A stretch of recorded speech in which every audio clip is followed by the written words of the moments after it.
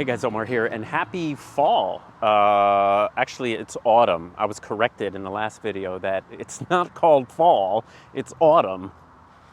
We call it mostly fall here. So I'm out and about on my motorcycle and I was riding down this road. Sorry if it's a little loud, there's cars going by and stuff, but I rode by this. Look how cool this is, guys.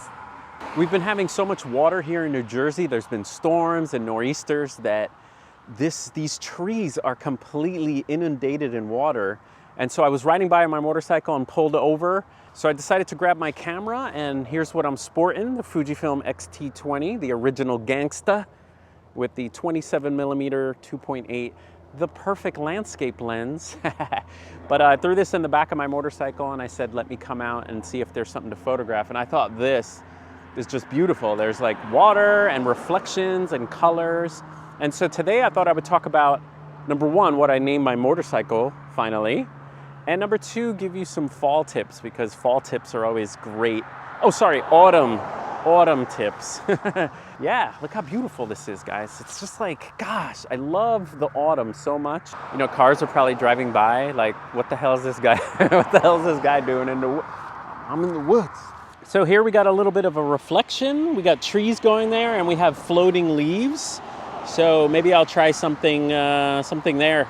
I think tip number one is to shoot JPEG and RAW. We always talk about that, JPEG and RAW, so that you could try to get it right in camera, but you also have the RAW in case you want to manipulate the colors and totally get all funky. And so shoot JPEG and RAW. You know, a leaf just went by and just scared the bejesus out of me. Oh, that's beautiful. All right, I'm going to shoot it at 2.8 because 2.8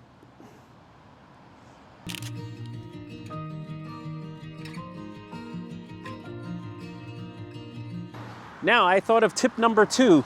You should always have a subject. Well, I wasn't even in that shot. You should always have a subject in your photographs. So what I'm thinking is, here, come here, why are you on the ground? Here's kind of what I'm seeing. You could just take a nice wide picture of this, would be cool, but I say you need a subject. So what would be cool is if there's one leaf or something that stands out as your main subject, and then everything else can either be blurry or whatever, but I know my picture is somewhere in here. All right, let's do it. By the way, you can always manipulate the scene. Okay, my next tip is white balance. So right now I'm looking at this on the screen and it looks nice and warm, which I love. And I got a little bit of red. I think I see my subject here, this little bit of red.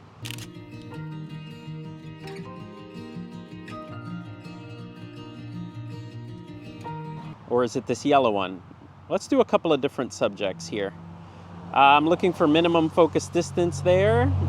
Oh, that's very abstract. I kind of like that.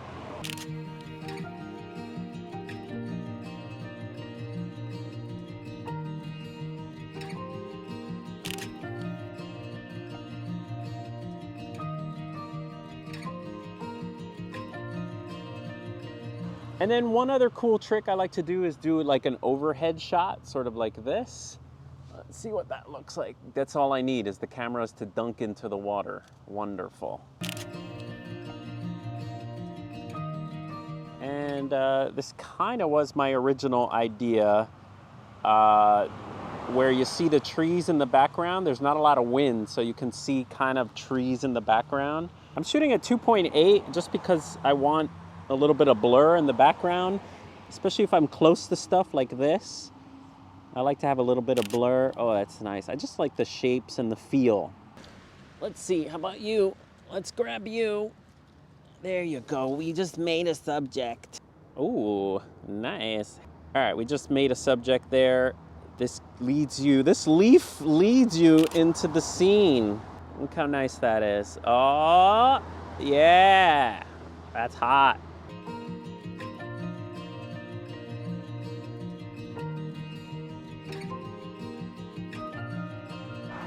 We got another pond here. I might work this one as well. But I want to talk about white balance too.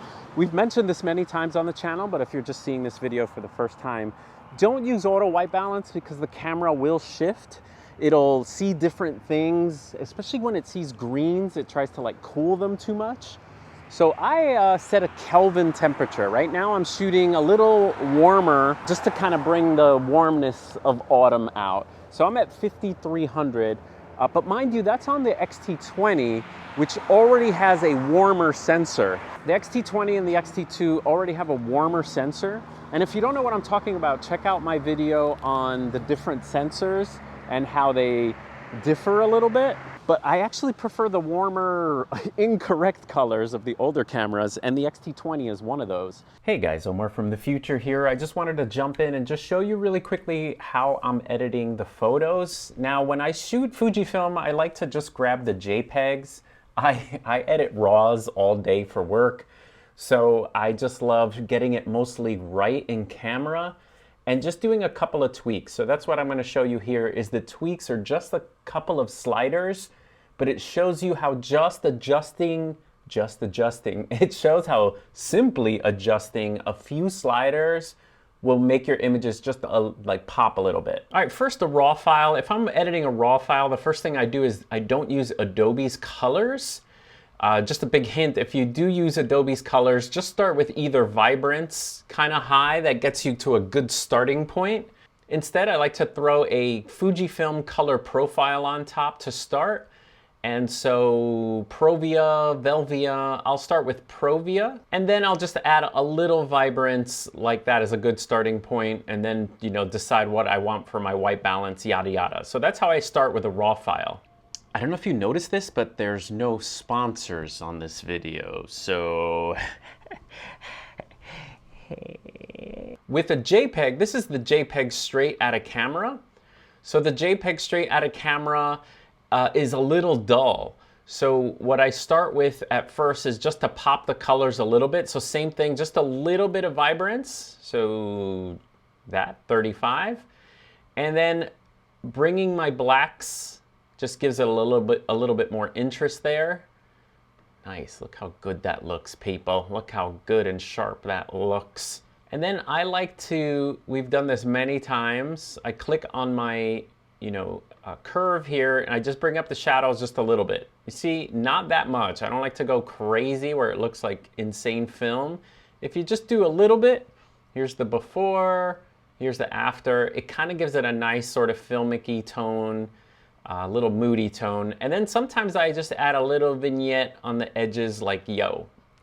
And that's pretty much it, just a couple of sliders. Your blacks, your vibrance, bring the shadows up on the curve, and a little vignette, and done. I'm not here to edit photos.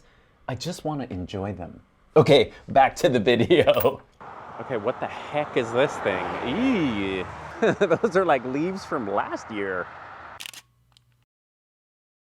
Okay, this is what made me stop on the side of the road. Look at this, guys. Underwater trees. So this is usually just mud and stuff. Now, if I had a telephoto lens here, you see the reflections, those lines right there, that in itself is a cool shot. See, also, this is a cool thing. If you have a telephoto lens, sometimes you can do abstract stuff like this, looks like a painting. So if you had like a 70 to 200 or something, you can kind of use the reflections in the water. So that's what's nice about no wind.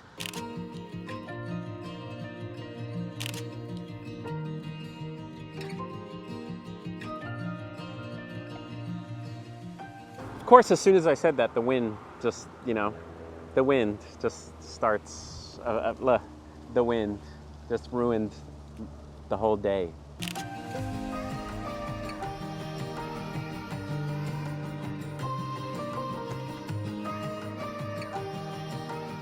Whoa, another leaf. That just almost hit me. See, it's called fall for a reason, autumn. Okay, photo-wise, I'm also noticing there's a little bit of like a path that goes here. So this would lead into the photo. So this would be a cool, maybe vertical. Let's try something like that. Now again, we're limited by the focal length. We only have a 27 millimeter, but who cares? Who cares? Oh, that's nice.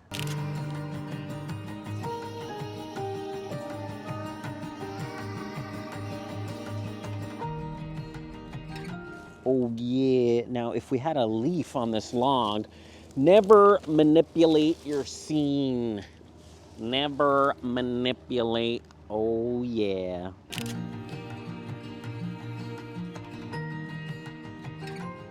Now, by the way, you know we always talk about back button focus. Here I don't have back button focus activated. I actually just have the shutter activation. This is good for street photography. But here, if I want to focus recompose, if you focus on your object and sort of half hold the shutter, you can recompose just by, right now I'm holding the shutter down so that I can keep that focus. Ooh, we got a biker coming, guys. We got a biker. So I'm gonna pre-focus here. Pre-focus, 1, 2. Ooh, did I get him? Yeah, great shot. I'm a professional. So all these lines and the reflection, I kind of like that. I see kind of like a barcode here. You see that? All the lines. So you can put the reflection in a third, but remember, rules are, ooh, that's kind of a cool shot too. This is usually the typical, is where you put the most of the reflection. But what I'm gonna try to do is I'm gonna call it barcode. Okay, flip screen.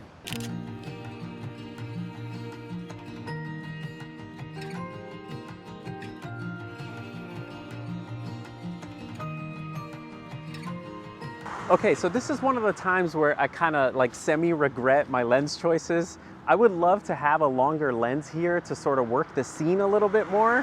Having a telephoto lens for fall and landscape photography is awesome. You can zoom in and just pinpoint pieces of a scene, just like our little barcode shot. I'm just seeing so many shots with like little blurbs of color and stuff. And so I would love to have like a 70 to 200, a sedative in the, anyway, lens choice. That leaf just hit me.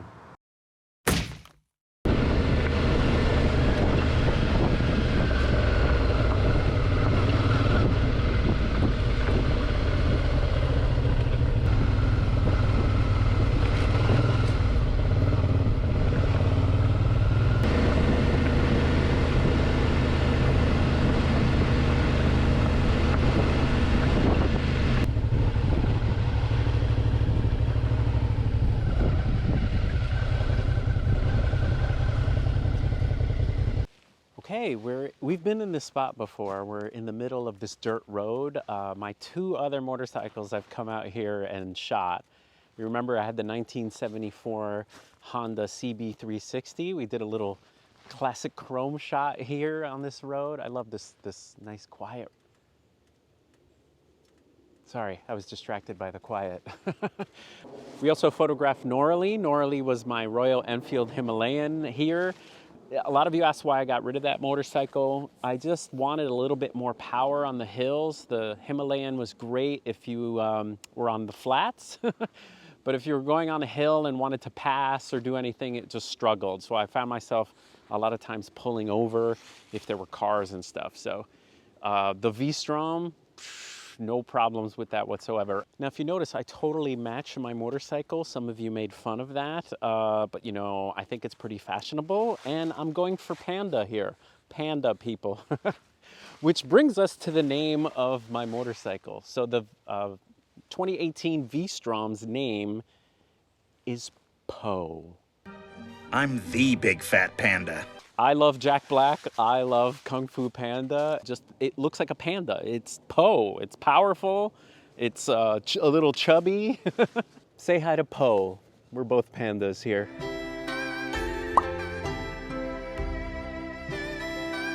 So just another beautiful fall day. I hope you guys enjoyed that, and I'll see you guys next time.